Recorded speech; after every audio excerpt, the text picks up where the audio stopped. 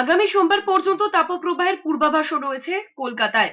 আলিপুর আবহাওয়া দফতর জানিয়েছে, আগামী 3 দিনে কলকাতা সহ দক্ষিণবঙ্গের তাপমাত্রা আরো 1 থেকে 2 ডিগ্রি সেলসিয়াস পর্যন্ত বৃদ্ধি পেতে পারে। রেকর্ড বলছে 44 বছরে এপ্রিল মাসে এত গরম পড়েনি কলকাতায়।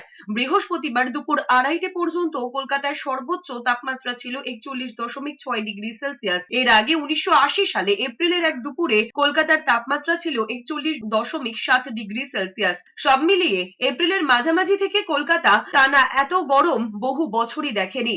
আবহাওয়া দফতরের হিসেব, কয়েকদিন শহরে রোজই প্রায় 40 ডিগ্রি সেলসিয়াসের গণ্ডি ছাড়িয়েছে। তাপপ্রবাহ চলেছে। গরমের এই দীর্ঘ স্পেল কলকাতায় বেশ বিরল।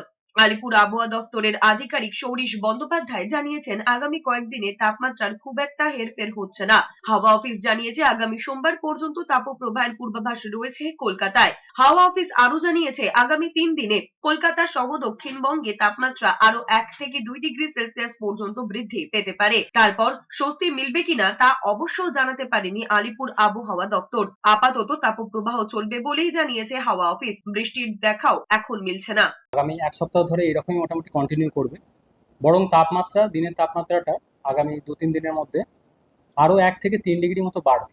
সমস্ত জেলাতেই দক্ষিণবঙ্গে তাপপ্রবাহের সতর্কতা থাকছে, কোথাও কোথাও তীব্র তাপপ্রবাহেরও সতর্কতা রয়েছে। কলকাতা পার্শ্ববর্তী অঞ্চলে আগামী 5 দিন তাপপ্রবাহের সতর্কতা রয়েছে।